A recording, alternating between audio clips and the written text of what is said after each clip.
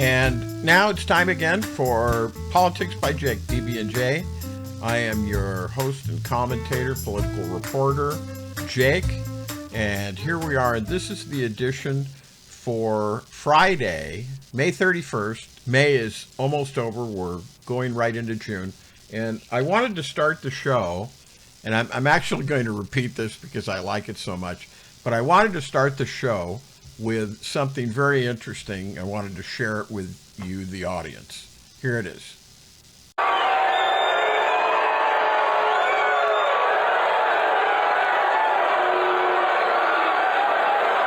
Now I think you should nominate me or at least vote for me, and we should win together.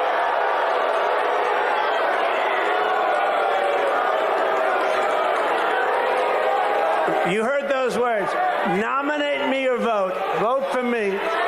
Because the Libertarians want to vote for me, and most of them will.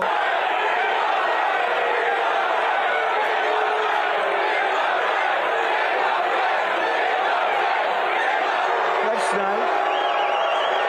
That's nice. Only if you want to win. Only if you want to win. Maybe you don't want to win. Maybe you don't want to win. Thank you, D-Roy. Thank you. No, only do that if you want to win. If you want to lose, don't do that.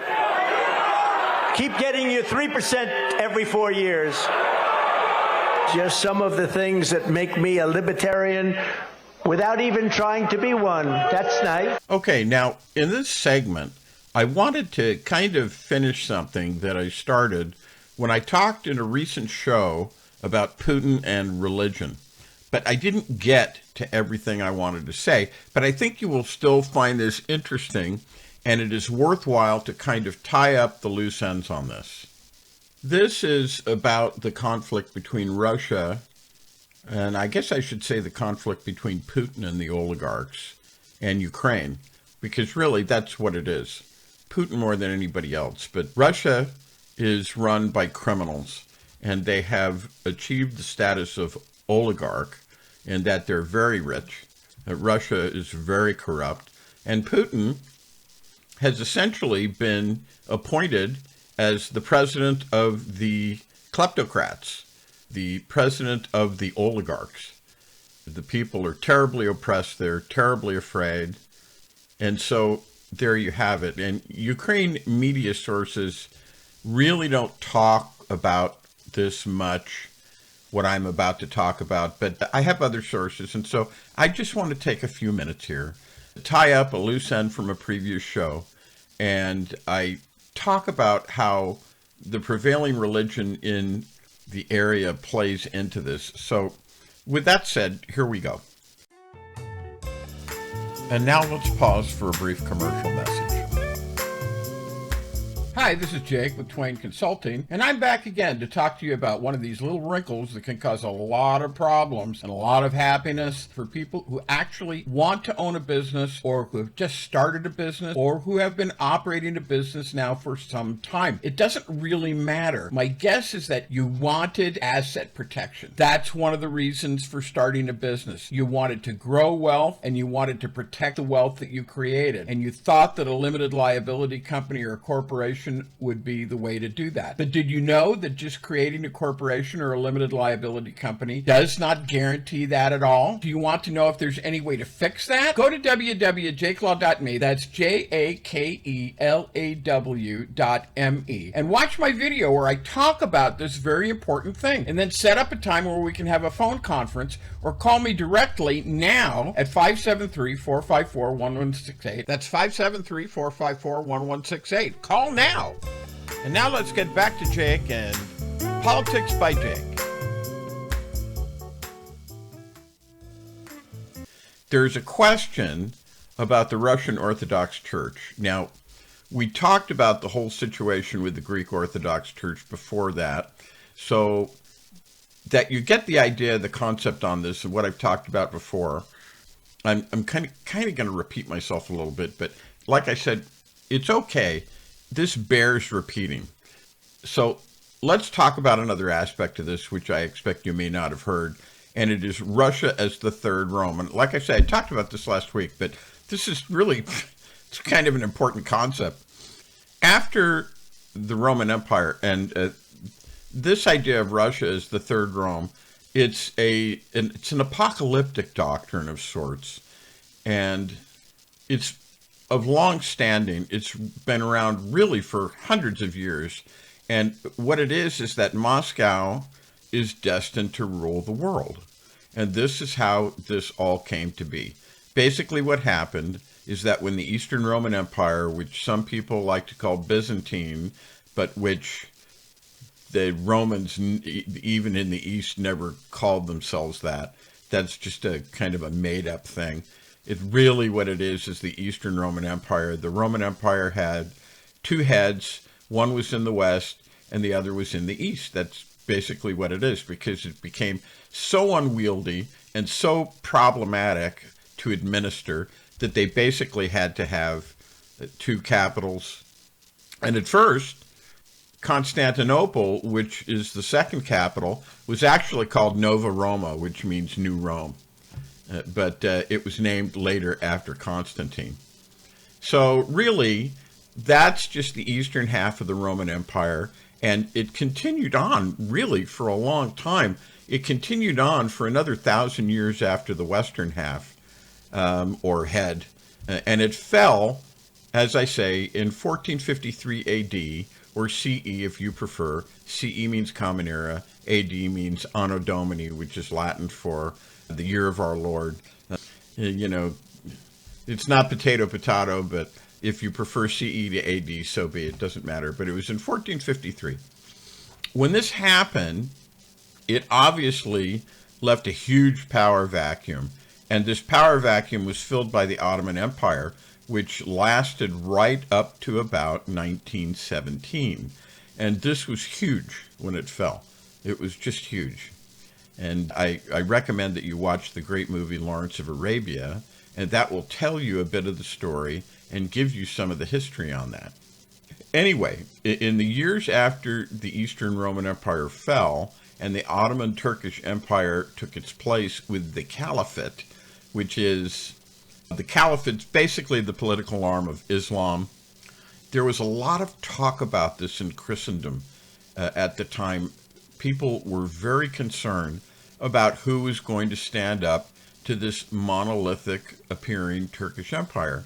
And by the end of the 15th century, the idea had gradually emerged that Moscow was actually in the exalted position, dubious position, some might say, of being that. And the idea developed alongside this that the Tsar of the Rus, or the Ross, R-O-S-S, as they were sometimes called, would be the new Basileus. And Basileus that's just it's a Greek word, B-A-S-I-L-E-U-S, Basileus. And it means emperor, basically, just like the Latin imperator means the same thing. So who would be the new Basileus? And that Moscow would be the third Rome. There were several people that put forth this idea, but maybe the most dramatic expression of it was a series of letters that were written to the Russian Tsar of that time, who was, at that time, his name was Basil III, by a monk named Philotheus. And he said this, pertinently, he said, "Know, O great king, that all the Christian kingdoms came to an end and came together in a single kingdom of yours. Two Romes," here's the big payoff right here, "two Romes are fallen. The third stands, and there will be no fourth. No one shall replace your Christian tsardom." So the first Rome, of course, was, in Italy, city of Rome. The second Rome was Constantinople, which of course was named after Constantine, and he ruled from 306 to 337. So in other words, in the 4th century. And Moscow, according to this concept, was supposed to be the third Rome. So in other words, they really think this. I know it sounds crazy. This is really what they think. This is really what they're taught. And Stalin, for example, the leader of the Soviets in the 20th century, one of them, was definitely influenced by priests from the Greek Orthodox religion who talked to him about this, and Putin is similarly influenced. So I want to make it clear, this is definitely in play. This is definitely a thing. And from the time of Justinian, who is another Eastern Roman Empire who ruled from like 527 to 565 AD, right through the time of the Russian Tsars, all the Russian Tsars, through Stalin and right up to Putin. And that's a long time. I mean, like 565 AD, going back to that. Something like that, right up to the present day. Now, talking about something I haven't talked to you about before, but which is related to this. In Russia, religion is an arm of the state.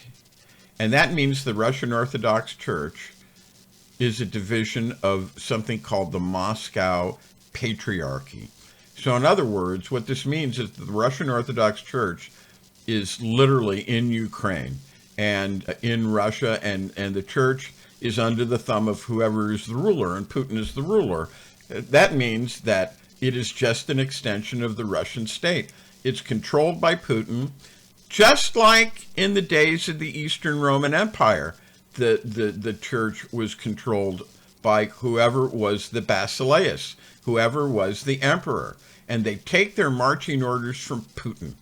And you had better believe that there are branches of that church in Ukraine, and you can bet that they are going to be subversive, and they are going to work to interfere with and subvert the elected government of Ukraine, because they themselves are the bearers of this concept, which, as I said, really spans back to about, the 16th century in Philotheus, Basil III. I would say that the words of Philotheus about Moscow being the third Rome, and I just told you, what he wrote to Basil III, are very much in play in this situation. So this is part of what you're dealing with here that people don't ordinarily consider. And like I said at the beginning, this is not something that's being talked about very much, but this is definitely in the mix. It's definitely in play. And of course, we'll see how this all shakes out, won't we? And this is Politics by Jake. And now let's pause for a brief commercial message.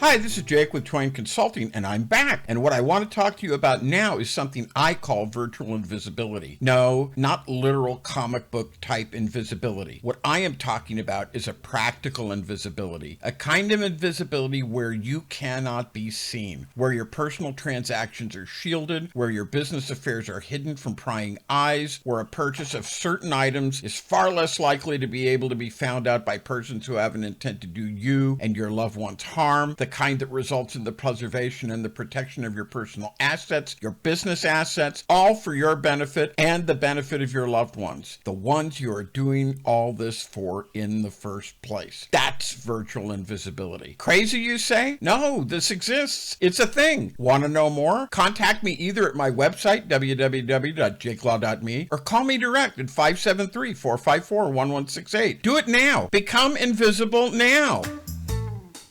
And now let's get back to Jake and Politics by Jake.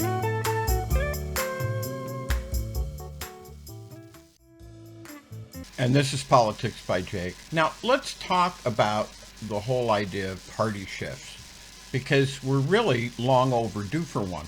You have the Republican Party, which has stayed, basically that way right through 1896, although in a slightly different form, all the way to 1932. In 1932, we get the New Deal shift. Franklin Roosevelt, the New Deal, Democrats, they become the dominant party. And that goes on until about 1968. And you have this unfortunate combination of the Vietnam War and some other events, which is, the folly of Johnson. And, it's interesting because really Lyndon Johnson, he has one of the best domestic records of any president ever. And you better thank him. If you've got Medicare, if you've got Medicaid or other types of benefits, he's the one who got it for you, and he's the one who established welfare. But it was the Vietnam War, the senseless Vietnam War, that wrecked this, and that brought an end to, honestly, New Deal domination. Like I say, there were some other things I won't get into, but and then we've been kind of drifting. So one thing that Politics by Jake advocates, and I am Politics by Jake, we call upon all listeners to promote the departure, do whatever you can, legally, using the political means at our command that have been established by the founders. The departure to the disappearance of the Republican Party as a national political force. And actually, that could, of course, lead to an explosion of the latent tensions inside the Democratic Party, and they're definitely there, which I would seem to me to lead to a system, maybe a party split there too, because the Democratic Party is also long overdue for a shift or split like this. Like I say, you had the New Deal Democrats, and after Vietnam, that just kind of drifted. And then with the advent of Clinton, you have corporate Democrats. Clinton kind of sold his soul to these people in order to obtain and make sure he kept his presidency. And if you talk to the Republicans of those times, I don't know about now, but of those times, the Republicans, they loved him because it was Clinton who destroyed the welfare that Johnson instituted with all its attendant evils that happened as a result of it, including child poverty. In other words, what I'm saying is that it made child poverty worse. And the funny thing is, and they're always the same. I mean, you can always tell these guys, they're always the same. The Republicans will say, and certainly in those days, he said, oh, for the days when there was a Democrat that we could deal with. And what they mean is one who had agreed to dismantle all the social safety net programs. In other words, give them every single thing they wanted, which is, a cynical comment if I ever heard one, but there you have it. So you have these, and these corporate Democrats, they were called Clintonistas. This is a different kind of, anecdotally, they were called Clintonistas, but they're corporate Democrats. They're Democratic Leadership Council Democrats. And they're there now, and it's long since time that they go. So if what I'm talking about happened, you would have, and you'll pardon the expression, normal Democrats, traditional Democrats, maybe you might say, like Biden, like Schumer, who is, of course, Biden is the president, Schumer is the Senate Majority Leader. In a split of what we're talking about here, a reordering, a shift, these are the types who would dominate, at least initially. And then you have the ultra-left Democrats, the Jay.053124 set, the other squad members. They would form an alternative party, and that would be a relatively limited success at the beginning. So Jay.05 and these other types, these squad types, they would form an alternative party, and that would be a relatively limited success, I would think. In other words, they would be decisively the minority party compared to the mainstream, the centrist, center-left, let's say center-left Democrats, whereas the ultra-left would be fewer, and they would exercise less power. But get this, if you have something like that happen, and this is really what I think, this just in and of itself, and this is crucial, this is just so needed in this, not only in the nation and the world. I've talked about the United States as the indispensable nation. As the United States goes, so goes the world. So this is kind of in this category. In and of itself, this would already mean the shifting of the political axis of this country and the shifting of the political axis of the world too. Several degrees in the direction of what you can only call the advancement of the human civilization. And we're talking about human progress. We're talking about improvement of the human condition through, science, technology, industry, education, medicine, and so forth. And that is, I think, within reach as much as it is these underlying tendencies somehow obscured or veiled by, the other factors that are going on. And that's basically what we're talking about here. We're talking about realities versus the gaslighting, versus the phony baloney, the payola polls, the propaganda, the social media trolls, etc. And this is Politics by Jake. And now let's pause for a brief commercial message. Hi, this is Jake with Twain Consulting, and have you ever tried to get a business credit line? If you did, what's one of the unpleasant things that you found out? You found out that the only way that you can get business credit is if you personally guarantee each and every single loan, each and every single commercial credit line. Now, let me ask you this question. How did that make you feel? If you're like me, I would feel like they were giving with one hand and taking away with the other. If this bothers you, I encourage you to go to my website, www.jakelaw.me, where I talk about this and several other important products and services that can benefit really almost all people listening to the sound of my voice. Call me at 573-454-1168 so we can talk about this, get mad about it together, and see if there isn't some sort of solution. That's www.jakelaw.me. That's JAKELAW.me, M-E. That's www.jakelaw.me, and the phone number is 573-454-1168. And now let's get back to Politics by Jake. He's talking about some very interesting things here, and you'll want to stay tuned. So without further ado, back to Jake. And now, once again, Politics by Jake, as a prefatory comment to the next segment, which is that the Democrats are winning! The Democrats are winning! Gives you this tender and poignant moment from one of Donald Trump's rallies as follows.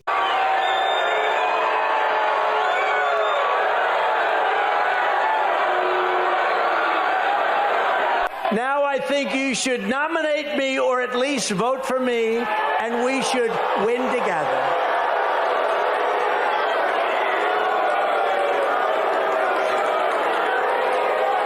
You heard those words. Nominate me or vote. Vote for me. Because the Libertarians want to vote for me, and most of them will.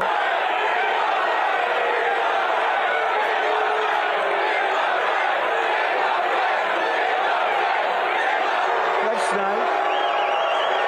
That's nice. Only if you want to win. Only if you want to win. Maybe you don't want to win. Maybe you don't want to win. Thank you, D-Roy. Thank you. No, only do that if you want to win. If you want to lose, don't do that. Keep getting your 3% every 4 years.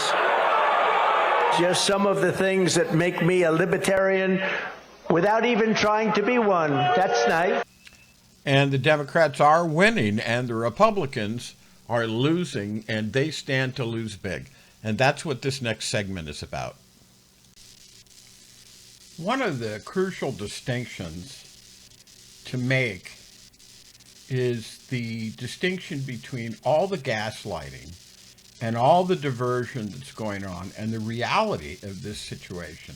I just think this is tremendously important. So we're going to do a segment on that. We're going to spend some time on it.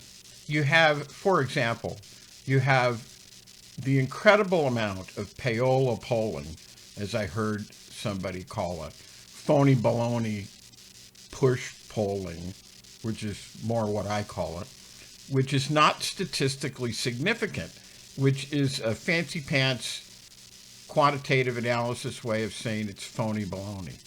And I've talked before about how I actually was acquainted with Oliver Quayle of pollster fame. And Oliver Quayle was kind of at one time the gold standard among polling. I'm sure he has a place in the pantheon of pollster history.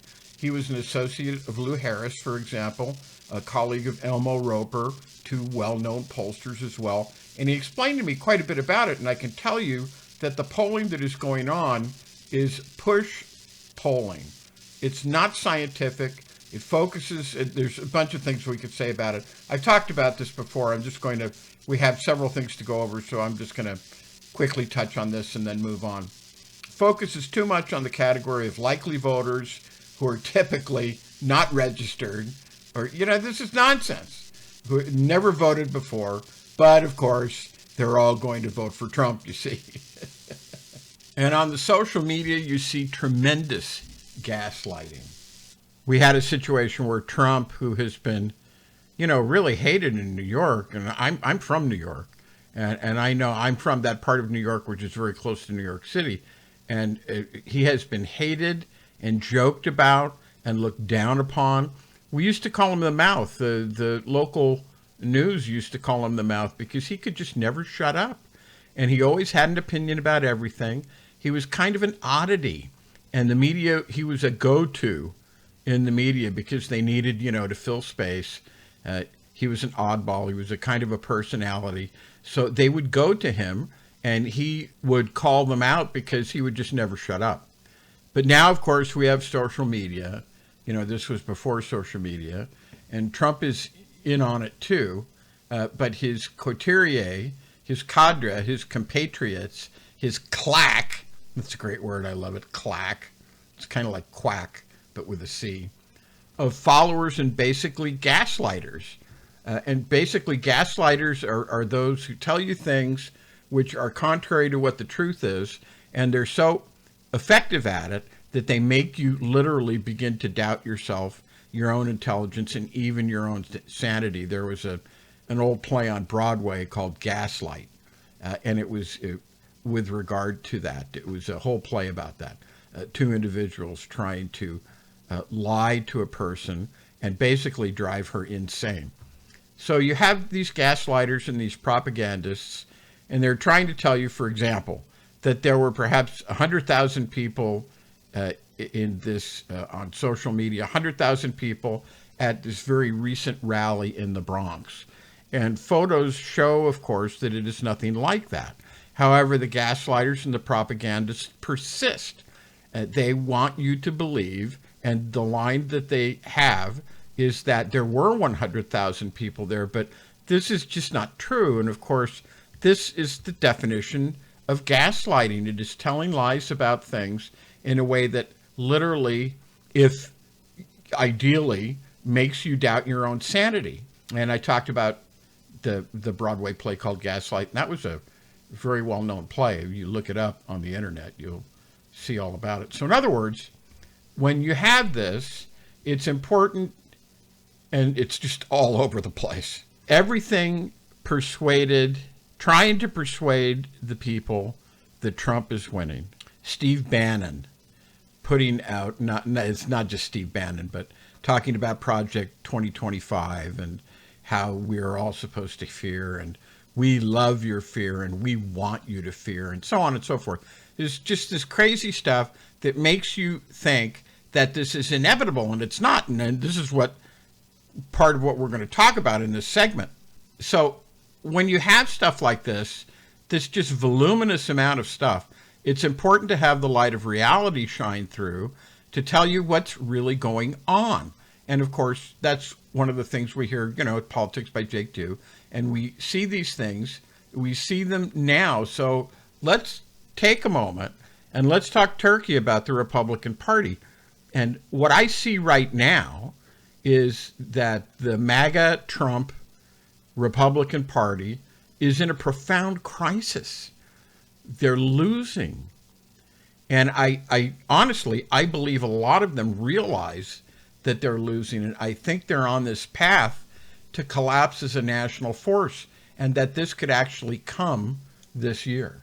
In fact, right now, there are some pretty good authorities who will tell you that there is this is interesting, I bet you don't hear this on the news very much, but this is Politics by Jake, and we're telling you the other side of it. There is about a 25% chance that the Republican Party, the Trump campaign, and really both, and I'm going to get to that in a minute, both the Republican Party and the Trump campaign could simply collapse, whether through the vicissitudes of Trump, whatever it is, some outrageous raving, some health event, anything like this, you don't know what it is, just whatever might happen. And this always has to be kept in mind as a possibility. But to me, it seems to me that Trump is really on his way to defeat. Now, of course, you have to follow through. All of my listeners at Politics by Jake, you can't just sit back now that Jake has said this and say, oh, Jake has declared the end of the Republican Party and the defeat of Trump and the MAGA down ballot. And we're going to talk about the down ballot too. So we're good. No, we have to follow through. We can't stop now. This is no time to take a vacation. Yes, we're in the middle of traditional summer, which goes from, Memorial Day until basically Labor Day. That's traditional summer, even though summer doesn't start for another few weeks, June 21st until about September 21st when autumn comes. But this is the traditional, but it's no time to take a vacation. What it is time is for all my listeners to redouble our efforts and keep confident, keep in mind as you redouble your efforts that there's a very strong likelihood that you're going to win. It's going to be a success. And that always makes it easier to, as the English would say, keep calm and carry on. So again, I say, forget all of that crapola, all of that payola, all of that nonsense, all of the social media nutbags, all of the payola push polls, all of the demagogues like Bannon and Miller. Forget that. This is the truth. The Democrats are not losing. It's the opposite. Trump is losing. The Republican Party is losing. So let's just talk about this, okay? Here are some basic facts. We have this interesting convergence of two tendencies. The first is the people in the Republican primaries, and these are the Republican base. These are the voters in the primary elections, and, Trump has been losing about 20% of them, and that has extended from Maryland to Indiana to Nebraska and really a whole bunch of other states. It's about 20% that he doesn't get. We're going to talk about that a little bit more in a minute.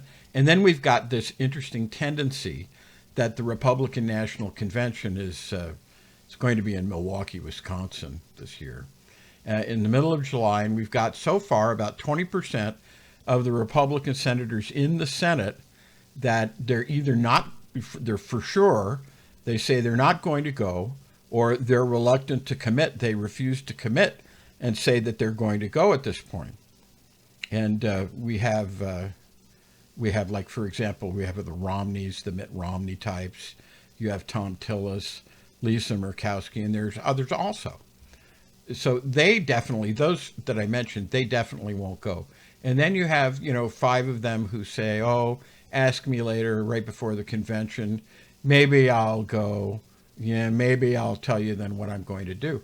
So basically, when you tell, and I'm not enumerating them all, but basically when you look at that, you've got maybe 20% all told. And this is a huge loss. It's basically an insufferable loss. You just can't have this. Now, Trump is a cultural populist and is as well known. And all of you listeners to Politics by Jake, you understand that this is what he is. He implements something called a base turnout strategy. He needs his base to come out. In other words, he's got to get his own base, and he's got to make sure that the entirety of the Republican Party, which has been shrinking, by the way, if you really look at it, he's got to get about 95% of them all. Now, 95%, that's high. That's a high bar. But he's down there at about 80%. And I say even a few percentage points even lower than that. I would say 75 to 80%. But 80% is okay. We'll work with that. And that's not going to work with him. It works for me. It doesn't work for him. That's a loser. That means defeat. And with the senators, of course, it's equally embarrassing. And it's not just these senators, right? But he's got a very interesting list of Republican elected officials. And I mean, let's start with this. Oh, my goodness. Let's start with his former vice president. This is the guy that he wanted to do away with. I mean, it's funny. Most guys will meet presidents will meet with the vice president privately and say, hey, I don't want you on the ticket anymore the next time I run. But Trump says, hang him, execute him. That's Trump. So to summarize here a bit, we have, that, and that's, of course, that's Mike Pence. And then we've got George Bush the younger. He's not going to support him. We've got all other kinds of people. There's a long list of Trump's cabinet officials, his White House officials. We've got any number of these, and these are people, again, like Romney, not Romney, but we know Romney, and they're not going to vote for him. Murkowski won't vote for him. Similar, if you go through the list, it's similar. And you have to say that this represents a significant part of the Republican Party, and it's not just the base, but it includes some pretty high-level figures right all the way up to Bush the younger, Vice President Pence, and I think we've heard from Vice President Dan Quayle, who is different from Oliver Quayle, who's the pollster. You get the idea. There has really been a split in the Republican Party, and it's not official. The New York Times hasn't come out and said, there's a split in the Republican Party. That's not it. It's just de facto. And naturally here at PBJ, we love the Republican Party, PB&J, the original peanut butter and jelly. We love them so much. I actually want there to be 2 or 3 of them. All right. So because you get 2 or 3 of them, see, they fight with each other, and see, they don't. You get the idea. And now let's pause for a brief commercial message. Hi, this is Jake, and I'm back again to talk to all of you who are business owners. You want asset protection, right? And why? Because you wanted the wealth that you were growing in the business to be protected in the best way possible, and you wanted to keep your personal wealth out of it. But did you know that just creating a corporation or a limited liability company does not guarantee that at all? If you're like me, that makes you feel pretty angry. Do you want to know if there's any way to protect your business and your personal wealth? Well, go to www.jakelaw.me or call me directly now at 573-454-1168, and let's talk about that. Call now. Save your assets now. And now we're back. All right. So that's already, it could very well end up there that he's got 20%. Now, the comeback would be, well, can he make up those votes? He's losing those votes, but can he get them back? So, okay, so let's look at that. What do we have? What do we see when we look at this? We have Nikki Haley. She's decided that she's going to vote for Trump, and that contradicts this tendency that I've just been saying. But here's the problem with that. Nikki Haley was the last person, the last candidate, the last national leader, the last presidential candidate in the Republican Party who had the opportunity to present herself as serious, as normal, as traditional, as presentable. How about respectable? All of those words, they all apply. And here's the thing. That used to be, because the Republicans that exist right now, they're not conservatives. The Republican Party is a haven for all sorts of noxious birds, reactionaries, ultra-reactionaries, religious radicals, and fascists. But this isn't what the Republican Party used to be. The respectable petty bourgeoisie of the towns of the Midwest and the South and the Intermountain West and the High Plains, those respectable people who, yes, they were on the side of money, but they wanted to be respectable. Well, once Nikki Haley, once she knuckled under to Trump, who is left? Well, I'll tell you. It's the nut jobs. It's the crazies. You call them fascist hooligans, if you will. Call them demagogues. Call them what you will, but you really have all kinds of crazy, wild people. And I would call this to your attention from Steve Bannon, who's currently waiting. He's waiting to go to jail. He's the one that says, we want you to fear, and we're going to use your fear, and there's going to be a retribution once we get back into power. He's waiting to go to jail. Or that guy Navarro, who just refused to answer. He's serving his 4-month sentence for contempt. It's 4 months for Bannon, 4 months for Navarro, and these were all part of the Trump administration, and they're part of the kind of the brain trust. And what about Charlie Kirk? We can include Nick Fuentes as being part of the Republican Party or its periphery, or is it a kind of auxiliary, perhaps? Whatever you have. What about Jim Jordan?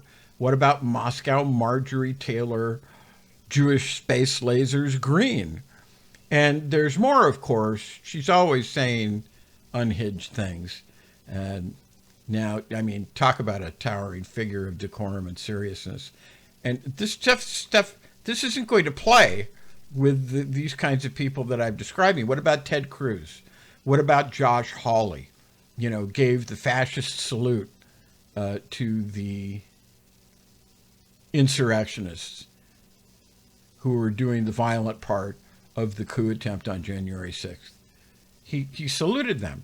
This is tantamount to being a fascist, because he was supporting the violent overthrow of the United States government using violence. Of course, the legislative part we know with the phony electors. We're going to talk about that in a minute too. The phony electors, that was going on, and that was legislative, but it had the added element of they had a guillotine set up on the Capitol grounds. They had a scaffold set up. They were calling for Nancy Pelosi, who was then the speaker, to be executed. They were calling for Vice President Mike Pence to be executed. So Hawley, he was the guy who, fist bumped, like I say, the violent insurrectionists and subvert power away from the people. And this is what he did. And these other people, they see this and they know this. How about the ones that did that, the ones who did more than flirt with the January 6th violent coup attempt and insurrection? See, this is what I'm talking about. And so this is what you're left with. And my God, I mean, you kind of have to presage what these petty bourgeoisie types that I just described to you, arguably much more like actual real conservatives, which used to be the Republican Party, but is not now, although they are similarly polluted by the money. You have to presage what they must be saying. You have to think what's going on in their head. And I think what they're saying is, oh my God, I can't be seen with these kinds of people. And honestly, if you think you're respectable, referring to them, you can't. You can't be seen with them, because this is also getting to be the party of jailbirds. Bannon, like I said, on his way to jail. Navarro, already there. Rudy Giuliani, indicted, served with papers on the Arizona, we're going to talk about that too, the Arizona trial, the electoral trial, fake electors. He's already been indicted, fined just colossal sums. We've got the lawyer brigade of John Eastman, Sidney Powell, Jenna Ellis, and so forth. A lot of them are either disbarred. Rudy is on the way to losing his law license, disbarred, etc. And so we're kind of talking about sociological here, making the distinction between these fanatics, these crazed lunatics who are the hateful birds that now control the Republican Party, the maggots, and Donald Trump, the most hateful bird of all. Sociologically, with these other ones who are more the real actual conservatives, this is just not going to work. So no matter how many fanatics you have, you're not going to get beyond a lunatic fringe, I think. This is the whole point of this, because Trump is the candidate of the lunatic fringe. You have to be a lunatic to believe his stuff. So you have their 15 to 20% defection rate up and down. In the woods, from the grassroots, to the top levels. 15 to 20% of the party. And what does this mean? It means, I'm quite serious about this, it means this is the reality. It means that the Republican Party is crippled. So let's talk about logistics. I mean, Trump is a con man. He's a grifter. He only cares about himself. And guess who he's got as the head of the Republican National Committee? Lara Trump. his relative, and it's all too obvious that the fix is in here. This is for the exclusive benefit of Trump. She's going to make sure that it all goes to him. That's why she's there. Trump put her there, and that's what she's going to do. So how does this shake out in reality? What does this mean? For example, where's their media budget? Newspapers, online ads, TV ads, air cover, etc. Well, it's gone. It went to Trump. Where's their budget for setting up offices, in the various locales and districts, getting volunteers, going out knocking on doors, etc., putting out various kinds of local publications? It's gone. It all went to Trump. What about the down ballot? Under Trump, it's starved. Same thing, no money. It all went to Trump. So the mayors, the congressional representatives, the state legislatures, they're not going to get anything. Because like I said, he's a grifter. He's a con man. He doesn't care about anyone except himself. The presidency was the ultimate con for him. And regaining again is once again the ultimate con. He wants to get it back because that's where the money is. He discovered when he became the president the tremendous amount of money that he could get in the bully pulpit so he could spread his lies and talk about them to the people and get the more reason challenged of them to believe in him. That's the only thing he cares about, the Republican Party, is to have them serve him and get what he can out of them. Inwardly, he laughs at them. He laughs at the maggots, these red hats. All he thinks of them is that they're marks. He thinks that they're there to be taken, and he thinks that they should be taken. And to the extent that any of my listeners here at Politics by Jake wear those red hats, look in a mirror, because that's what he thinks of you. That's how he sees it. So, okay, moving on here. The report from 6 or 7 battleground states is that the Republican Party structure there is rudimentary, or it's not even there at all, because once again, no money, right? So they have very little or maybe even no ground game. And when you run out of money, what happens?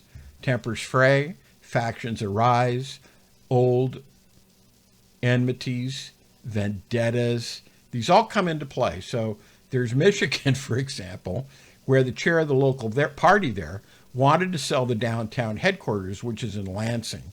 The Nebraska State Committee, they refused to support 5 of the elected officials. 3 of them are going to Congress and 2 senators. The state committee won't support them. And why is that?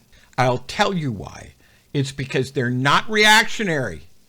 They're not fascist enough. They want complete fealty to Trump. They want repudiation of the real world. And this is really what's going on. This person has taken over the Republican Party, and it's created all sorts of strifes and factions within it. And then in some other states, a significant part of the Republican state leadership has been indicted, mostly for various things, but it's mostly for their complicitness in the fake elector scheme, which again was part of the legislative, the coup attempt, which had 2 elements. And this is why I can call it fascist, because it was violent. You had the violence that was going on outside. They broke into Capitol. They wanted to assassinate Nancy Pelosi. They wanted to assassinate their own titular nominal vice president, Mike Pence. And probably they wanted to go after Mitch McConnell too, and he was one of theirs as well. And then you have the legislative part of it, which was the fake elector scheme, in order to try to get Mike Pence to refuse to certify the election so that it could go back into the House and alternative electors, which were fakes. They were not certified electors. They were not legitimate, could be instituted and throw the election to Trump. That is what it was. So it was a violent and legislative coup attempt, quite serious, to overthrow the lawfully elected government of the United States and to take the sacred franchise of the vote away from the citizenry who exercised it. And now, those chickens are coming home to roost. So this is happening in Georgia, it's happening in Michigan, it's happening in Arizona, and there will be more. So this is the regurgitation of fascism. This is what you've got, and it's not going to succeed. The Democrats are winning. So, and this is Politics by Jake. And now here's a word from one of our sponsors, Twain Consulting. Hi, I'm Jake with Twain Consulting. For my great product, Get It in Writing. Did you know that the Wall Street Journal, Entrepreneur, Inc., all prominent business periodicals say that 80% or more of all businesses are operating without the proper stable of business forms, and that there are 10 absolutely positively essential business forms that businesses should have, but that they don't have? As a business owner, do you want to avoid growing pains in your business? Do you want to minimize client confusion, missed opportunities, bad business dealings, lawsuits? Well, that is what Get in Writing is designed to do. This program is designed to keep you out of trouble, streamline your business, and make you more profitable. If you were to go out and buy all these forms individually, you could wind up spending more than $25,000. $25,000! Amazing! But if you take advantage of this opportunity, you will spend far, far less than even $1,000. Go to my website now, www.jakelaw.me, or call me now at 573-454-1168. Call now! Save now! And now let's get back to Jake and Politics by Jake.